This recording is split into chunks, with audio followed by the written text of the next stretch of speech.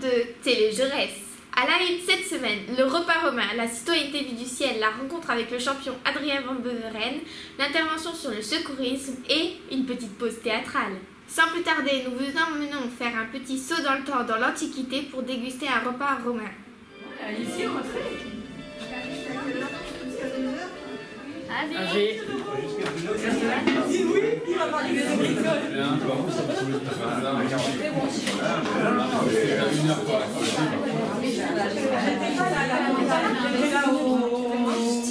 des projets des saveurs romaines. Mais en fait, on invite des personnes, des professeurs ou des membres d'administration à manger à un banquet, à peu près comme dans le temps, comme dans l'Antiquité, avec des divertissements, etc. Il y a du jonglage, des textes, des combats de gladiateurs. Puis ils mangent pendant ce temps-là. Et pendant ce temps-là, il y en a qui préparent tous les plats en cuisine avec les élèves du 3e CEPA et les 5e latinistes. Merci de votre présence et bienvenue au banquet romain que nous avons organisé avec les élèves de 3e G. Pourquoi on est là?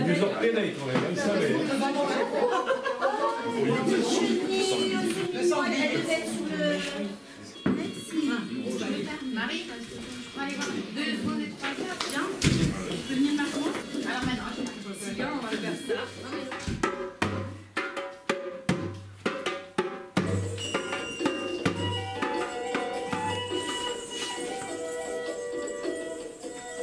Osciusse, sorbitionem, quam nullo modo gustare escirens fructuosi. J'ai bien la main.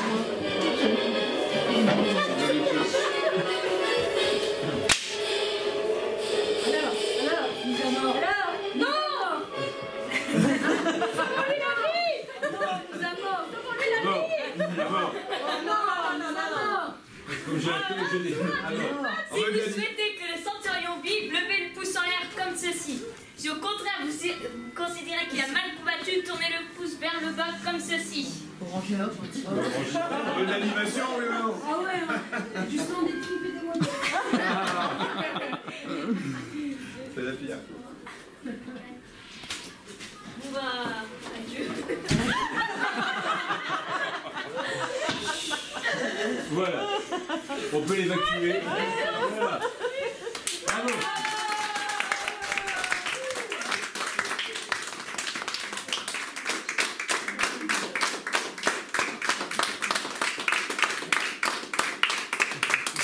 Un vrai challenge par rapport au temps. Parce que habituellement on est quand même assez on va dire, libre d'expliquer. Là, il y a vraiment un timing qu'il fallait respecter. Et ils ont vraiment tout joué le jeu. Voilà. Et il y a eu un bel échange. Vraiment, ça s'est très très bien passé. Revenons maintenant à la civilisation moderne. Pour le projet de l'année, la citoyenneté vue du ciel. 1300 élèves ont célébré la citoyenneté en réalisant un logo vivant sur la place d'Aire-sur-la-Lys. Mais au fait, qu'est-ce que la citoyenneté?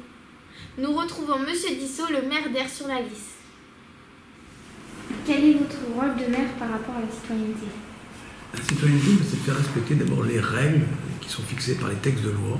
On est aussi officier de police judiciaire, c'est-à-dire que notre rôle, c'est de faire respecter la salubrité, c'est de faire la police, gérer la police, que les gens puissent vivre normalement, tranquillement, sans être embêtés par les voisins.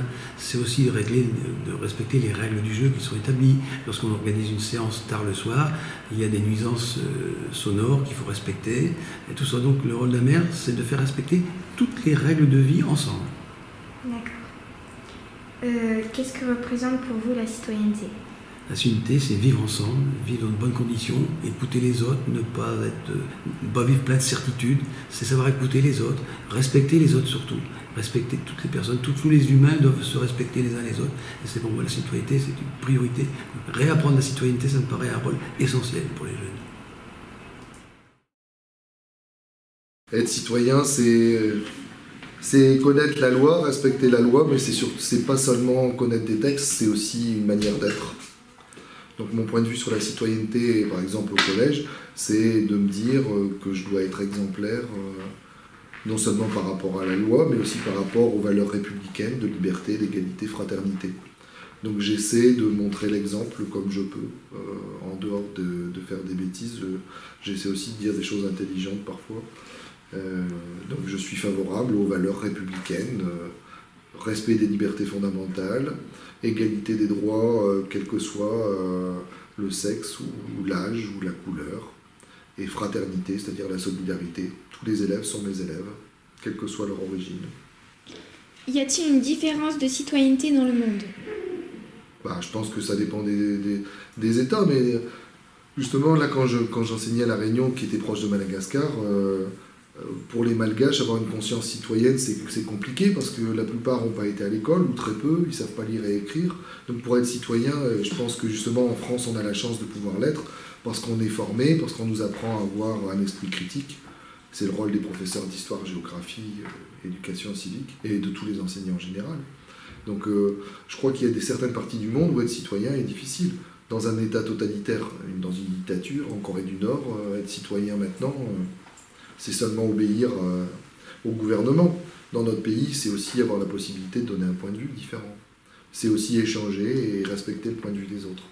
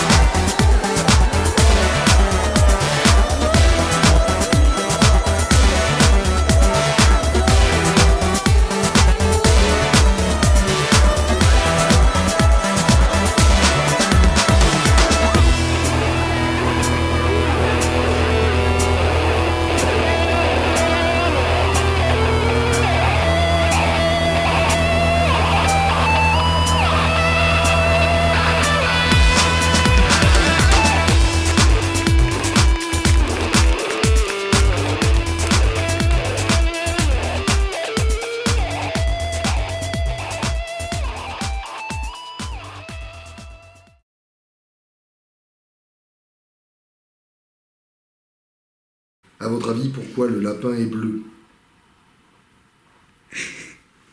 Parce qu'on l'a peint.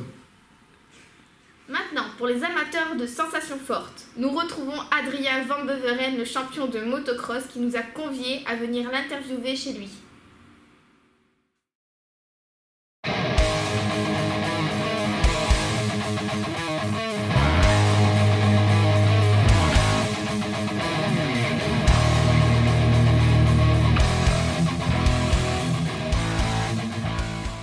D'où est venue votre passion pour la moto?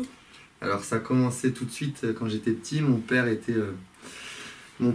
passionné de moto, mais de piste, pas de motocross. Il avait des motos, en fait, tout gamin. Je me souviens qu'il partait, enfin je me souviens, on me l'a raconté souvent, puis j'ai vu des images où il partait lui avec sa moto travailler, etc. Et moi j'étais tout petit, je mettais un coussin entre mes jambes et je disais moto papa, quoi. Un de mes premiers mots c'était moto. Donc il m'a transmis ça par le fait de le voir sur des motos, voilà quoi. Puis après j'ai une première moto électrique, une moto à moteur, etc. Et voilà. Comment êtes-vous arrivé chez Yamaha? Alors je suis arrivé chez Yamaha, j'ai roulé sur la première moto, c'était une Kawasaki, une petite Kawasaki, parce que Yamaha ne faisait pas une moto aussi petite que ça, j'avais 6 ans. Ensuite j'ai eu un peu au fil de ma carrière plus jeune, comme on finançait les motos, on était attaché à personne, on choisissait un peu ce qu'on voulait. À l'époque j'ai roulé sur des Suzuki, sur des Honda. Enfin, une année sur une Honda, 3 ans sur des Suzuki, 2 ans sur des Kawasaki. Et puis à 15 ans, je suis passé sur une Yamaha, mais toujours en privé, où c'est mon père qui avait financé la moto. Et à 16 ans, Arnaud Demester, pendant mes 15 ans, j'ai rencontré Arnaud Demester sur un circuit, qui est venu discuter avec mon père en disant qu'il voyait des choses intéressantes chez moi et qu'il me présenterait chez Yamaha, qu'il avait envie de me présenter chez Yamaha. Donc forcément, nous, on a été super flattés. On est allé chez Yamaha avec lui, donc à Paris, et puis petit à petit je suis entré chez Yamaha, alors par la petite porte, hein, en tant que petit pilote support de la marque, via un concessionnaire ici à Elite Moto à Brouillé-la-Bussière. Et puis petit à petit j'ai grandi avec eux, et au fur et à mesure des succès, je suis devenu pilote, maintenant pilote Yamaha Europe, pilote officiel de la marque, quoi, voilà. Comment votre Dakar s'est-il passé? Alors le Dakar, c'était une course éprouvante, je m'y attendais en allant au Dakar, c'était vraiment une course difficile, très longue. Je dirais que je suis passé par des moments comme le premier jour où je suis resté bloqué dans la boue, ça a été difficile à vivre parce que j'ai perdu beaucoup de temps, et puis après j'ai des moments nettement meilleurs quand j'ai réussi à faire une étape 4e. Ouais, voilà, vraiment. Dans un Dakar, on vit de tout. Il y a des périodes où c'est top, c'est vraiment du plaisir pur et c'est génial, on voit des paysages fantastiques. Et il y a des moments où on est dans la difficulté, on lutte contre le climat, le froid, le chaud. On a eu 0 degré en partant de Bolivie le matin et il faisait 52 degrés à La Rioja en Argentine plus tard. Donc il y a vraiment des gros écarts et c'est ça qui est difficile, quoi. Et puis pas dormir beaucoup. C'est bien. Quelles difficultés avez-vous rencontrées au cours de l'enduro? Alors au Touquet, j'ai eu un problème d'électronique sur ma moto. Quand je suis arrivé sur la plage, même avant que le départ soit lancé, en fait juste quand on est sorti du convoi, j'ai senti que ma moto marchait pas bien, elle prenait pas ses tours. Donc ça m'a surpris. Bon, j'ai dit c'est de toute façon maintenant je suis sur la ligne de départ, j'essaie de regarder les câbles et tout avait l'air ok. J'ai dit je suis sur la ligne de départ, il faut y aller, et j'ai tout de suite vu qu'elle allait pas bien, donc j'étais pas devant au début alors que souvent je pars plutôt bien, et là je suis parti plutôt vers la 10e place, ce qui n'est pas mon habitude. Je faisais vraiment tout ce que je pouvais pour essayer de pas perdre trop de terrain, mais je me faisais distancer par la tête de course parce que sur le terrain plat, j'avais besoin de la puissance de ma moto et malheureusement j'avais pas toute la puissance. On s'est rendu compte après que c'était un capteur électronique en fait qui était en défaut, chose qui arrive une fois sur 100 et qui arrive sur des motos d'occasion. Là c'était une moto quasiment neuve, donc c'est assez surprenant. Mais j'ai dû rouler comme ça, donc j'ai fait tout le Touquet comme ça, et en fait finalement quand le terrain s'est défoncé, j'ai pu exploiter différemment mon moteur et puis faire la différence vraiment par le pilotage et la technique, et aller gagner, quoi. 2-1 et victoire pour Adrien Van Beveren. Magnifique, magnifique, magnifique. Quelles ont été vos préparations pour votre premier Dakar? Premier Dakar, j'ai vraiment accentué sur la navigation. Pour faire le Dakar, il faut utiliser ça, c'est un roadbook. C'est ce qu'on vous donne tous les jours. Alors quand on vous donne, il y a en noir et blanc. Et ça s'étudie. Donc tous les jours au Dakar, on étudie ce fameux roadbook.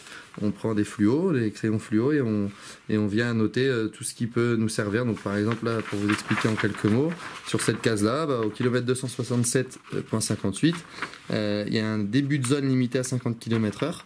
Donc là, j'arrive de zone non limitée où je roule le plus vite possible. Ça se met à être, c'est en zone limitée. Et puis ça va tourner à droite au niveau du poteau.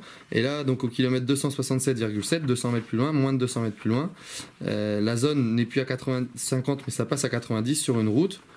On continue sur une route, on passe à un pont, et au kilomètre 273, là, plus loin, on quitte la route de nouveau, on reprend une piste, et là on est en fin de zone. Donc c'est-à-dire qu'on n'est plus, la zone n'est plus limitée.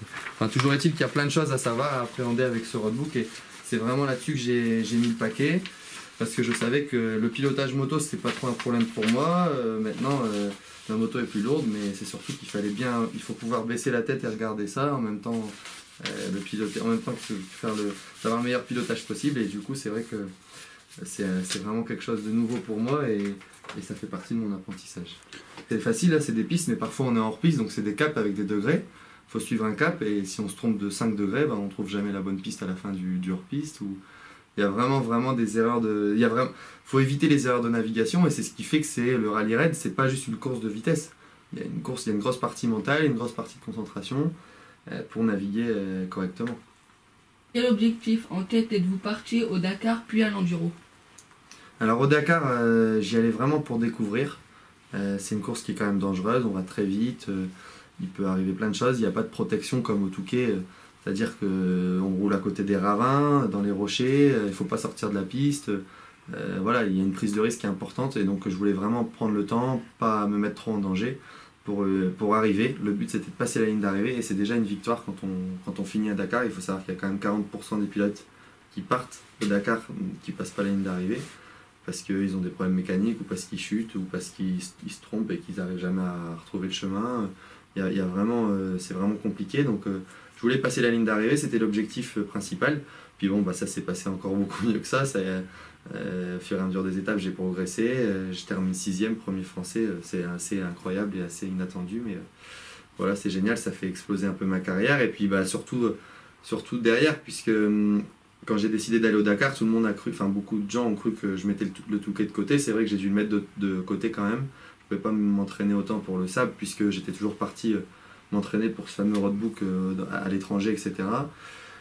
Et donc je roulais moins avec ma moto légère, je roulais avec la grosse moto, j'étais moins dans la dynamique de progresser avec la moto type Touquet, et c'est vrai que pour moi c'était un gros challenge de dire un jour je rentrerai du Dakar et je gagnerai le Touquet. Et bon, j'ai réussi à le faire tout de suite, donc c'est génial, c'est une chose, un poids en moins sur les épaules, même si ça n'en était pas un. C'est un exploit vraiment de gagner encore au Touquet une 3e fois d'affilée, en rentrant du Dakar, dans l'état physique où j'étais, complètement lessivé. J'ai perdu 5 kilos. Bon, je les ai repris depuis, mais voilà. Est-ce que vous avez envisagé de continuer la moto dans l'avenir? Bien sûr, maintenant c'est une passion, c'est devenu mon métier depuis 3 ans.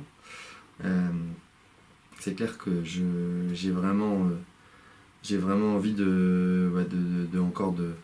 d'atteindre de gros objectifs, de réaliser de grandes choses, et j'aimerais beaucoup gagner le Dakar, donc je vais m'entraîner pour ça. Ça devient vraiment ma priorité. Le Touquet, je vais devoir vous le mettre de côté. J'y serai encore au départ l'année prochaine, et si j'arrive à le gagner, j'y serai l'année suivante. Mais voilà, c'est sûr que pour gagner le Dakar, je vais devoir vraiment me concentrer là-dessus et mettre toute mon énergie, parce que c'est très disputé, c'est très difficile. Il ne faut rien laisser au hasard, encore moins qu'au Touquet, et je sais qu'il me faut encore plusieurs années pour le gagner. Je ne gagnerai pas le prochain Dakar, j'y vais pas dans cette optique-là, je ne veux pas brûler les étapes. J'ai la chance de démarrer jeune dans la discipline, j'ai 25 ans, je suis un des plus jeunes dans le rallye, même peut-être le plus jeune professionnel, donc je ne veux pas griller les étapes.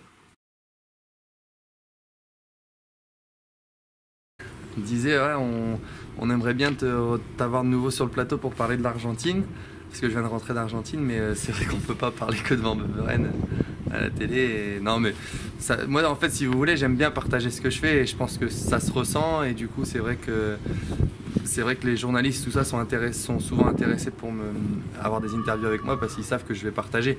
Maintenant, c'est vrai que pour moi, c'est devenu compliqué de répondre toujours positivement. je le fais, je réponds toujours positivement, mais j'essaie d'organiser mon temps le mieux possible parce que mon vrai métier, c'est pas de répondre à des interviews, d'aller sur les plateaux télé, c'est plutôt de gagner des courses et d'être performant physiquement. Même si ça me plaît, je le fais vraiment parce que j'aime ça et j'aime bien partager ce que je fais, mais il faut quand même garder en tête que ce que je veux, c'est gagner, quoi. Et donc pour gagner, il faut s'entraîner beaucoup et il faut se libérer du temps pour ça. L'entraînement, alors globalement c'est 6 jours sur 7, 5 jours, je dirais 4 séances de moto par semaine et 4 autres séances de préparation physique. Donc il y a des jours où je cumule les deux, il y a des jours où je fais que l'un ou que l'autre, il n'y en a que un en fait en l'occurrence. Il y a un jour où je fais que physique, un jour où je fais que moto et tous les autres jours je fais physique et moto. Et il y a une journée off en général le lundi où je fais pas du tout de sport et je me consacre à essayer de me reposer, faire un peu d'administratif. C'est vrai que pour moi c'est une chance énorme. Il faut savoir que pour vous expliquer mon parcours, j'ai quand même, c'est pas tombé du ciel, loin de là. J'étais pas spécialement un surdoué en moto. J'ai eu la chance que mes parents me mettent sur une moto et qu'on m'apprenne et qu'on me donne les moyens d'y arriver. Par contre, j'ai toujours eu des règles de vie, me lever à une certaine heure le matin, de faire mon lit, de ranger mes affaires, d'aider à mon père à nettoyer la moto et mes bottes, etc. le soir quand on rentrait de l'entraînement, de soigner mon matériel. Et puis voilà, des règles de vie qui font qu'aujourd'hui j'ai réussi, peut-être des règles de travail où ça tombe pas du ciel. Pour devenir champion de moto, j'ai chuté lourdement, j'ai chuté, j'ai dû écouter vraiment les conseils de mon coach. J'ai parfois roulé dans des conditions où il pleuvait et j'avais froid et ça faisait déjà 2 heures que j'étais sur la moto et il y en aurait 10 qui seraient rentrés chez eux pour boire un chocolat chaud et je devais encore rester, continuer et je le faisais parce que j'avais envie de réussir et puis aussi parce qu'on m'a appris les choses correctement. Mais voilà, il faut savoir que dans la vie, je pense que ça soit pour faire de la moto, du football ou n'importe quel sport, il faut vraiment se donner du mal. Et puis après, les succès sont d'autant plus, je dirais, bons à savourer. Enfin, sont d'autant plus savoureux quand on se donne vraiment du mal. Comme là, cette année au Touquet, j'ai dû donner, je sais pas comment j'ai fait pour donner autant d'énergie. En rentrant du Dakar, j'étais complètement épuisé. Gagner là, c'était pour moi un gros challenge et j'ai vraiment mis tout ce que j'avais. Et quand j'ai passé l'arrivée, c'était un bonheur de folie, quoi. Comme jamais, même peut-être encore plus que ma première victoire. Et c'est quand on se donne beaucoup de mal qu'on a de la satisfaction. Si on se donne pas de mal, ça n'a pas de goût en fait. Nous retrouvons maintenant M. Daroussac, professeur d'EPS et intervenant auprès de l'ensemble des élèves de 4e sur le secourisme. L'arrêt cardiaque, c'est l'activité normale du cœur. On a dit qu'on était en arrêt cardiaque si le cœur ne battait plus du tout ou s'il battait de manière anarchique. Comme sur les schémas, une en face, une sur le téton en haut à droite, une sur le côté pour que le courant passe par le cœur. Si j'ai des électrodes adultes et une autre victime, une devant, une derrière. Comme ça, le courant électrique passera par son cœur. Oui, il donne des consignes. On doit écouter ce que le défibrillateur nous dit. Et derrière, là, il faut enlever les trucs et derrière, ça marque où il faut. Chaque conseiller ne touchez pas le patient. On va se mettre en situation concrète. Soit on va voir une partie étudiée, soit l'obstruction partielle ou totale, soit le massage cardiaque qu'on vient de faire là juste à l'instant, ou on avait encore la PLS, on a aussi tout ce qui est brûlure, coupure. Au secours, aidez-moi. Qu'est-ce qui s'est passé? Je sais pas, je viens de le trouver comme ça, il était que le sauveur. Vous m'entendez?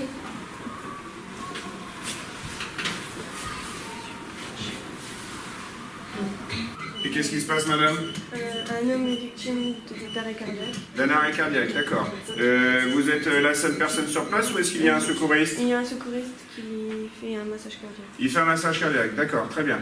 Bon alors, vous allez pouvoir rapprocher, madame. Est-ce que vous savez où est-ce qu'il y a un DAE, un défibrillateur?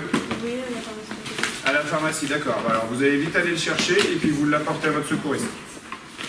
Appliquez fermement la seconde électrode à l'autre endroit. Toi, tu as identifié que c'est un arrêt cardiaque, mais elle ne le sait pas. D'accord? Il faut lui dire, votre mari est en arrêt cardiaque, c'est bien dommage, mais je vais tout faire pour le sauver. Il est en arrêt cardiaque, dites bien ça au secours. D'accord? Elle sait pas, c'est pour ça que je lui ai demandé de te dire, mais qu'est-ce qui se passe? Qu'est-ce que je leur dis, moi? Celle-là, elle est top. Celle-là, elle est top. D'accord? Nous nous quittons avec quelques images de théâtre et nous vous invitons le mardi 14 juin à l'AREA à Aire-sur-la-Lys pour la représentation du club théâtre. Nous sommes les élèves du club théâtre du collège Jean Jaurès. Allez! Depuis le début de l'année, nous vous préparons un petit spectacle sur le thème de l'Antiquité. Voici une de nos répétitions.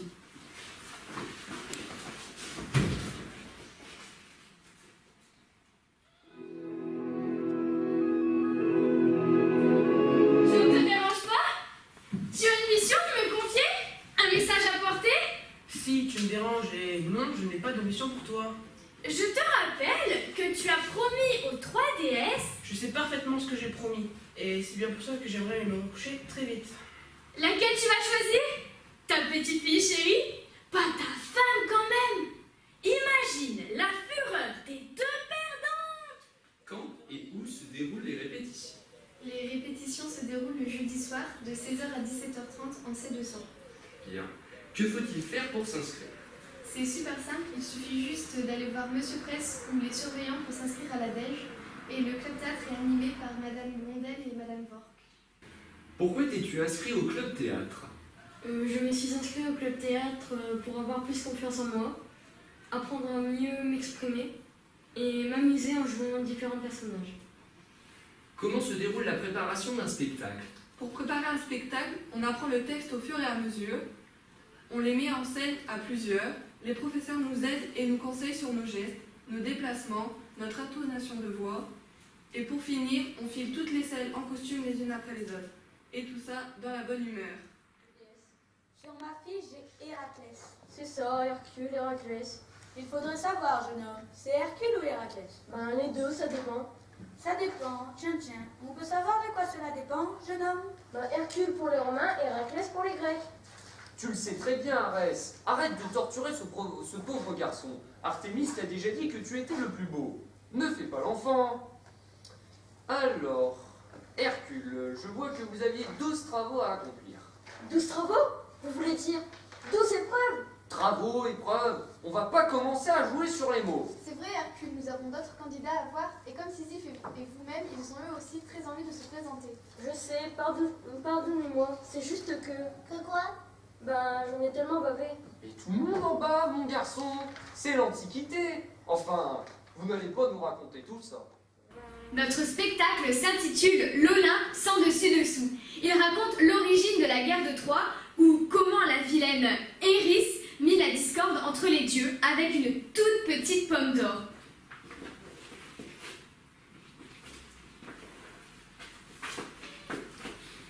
Pour découvrir quelle déesse gagnera la pomme d'or et comment Ulysse et ses compagnons surmonteront leurs épreuves, rendez-vous le mardi 14 juin à l'AREA à 20h. N'oubliez pas de réserver vos places auprès de Madame Vork et de Madame Blondel.